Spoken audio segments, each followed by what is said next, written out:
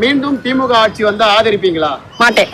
ஏங்க இன்னைக்கு நடக்கிற நடப்புல உங்களுக்கு தெரியாதாப்பா? என் கண்ணு என்னையே திருப்பி கேட்டா நான் என்ன பண்ணட்டும்?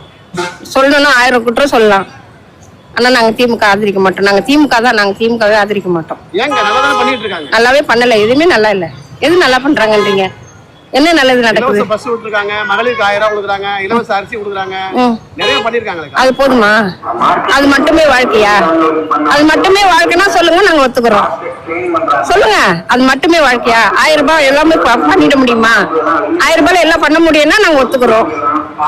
சொல்லுங்க, 1000 ரூபாய் எல்லாம் பண்ணிடுவோமா? ஒரு நாள் செலவு என்ன ஆகுது தெரியுங்களா? இலவச பேருந்தால் நிறைய மக்கள் பயனடைறாங்களே. கிடையாது, சும்மா பெருமைக்கு சொல்லலாம். மனசளவுல யாராலையும் சொல்ல முடியாது. நான் உண்மையை பேசுறேன், அவ்வளவுதான். நீங்க ஆதரிக்க மாட்டீங்க? மாட்டேன். வேற யாரை ஆதரிப்பீங்க? இப்போதைக்கு யாருன்னா புதுசா வந்தா நல்லா இருக்கும். என்னை கேட்டா ஓட்டே போட தேவையில்ல. ஏன் இவ்வளவு மன இதுல? ஆமா, எவ்வளவு கஷ்டப்பட்டிருக்கோம். எனக்கு எல்லா விதத்திலுமே நாங்க பாதிச்சிருக்கோம்.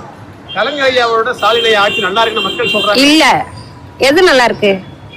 எது நல்லா இருக்கு? இன்னைக்கு ஆம்பளை பசங்க கிட்ட என்ன இருக்கு? என்ன இருக்கு? ஆம்பளை பசங்க கிட்ட படிப்பு இருக்கா? திறமை இருக்கா? இல்ல கெஞ்சா இருக்கு, தண்ணி இருக்கு, டம் இருக்கு.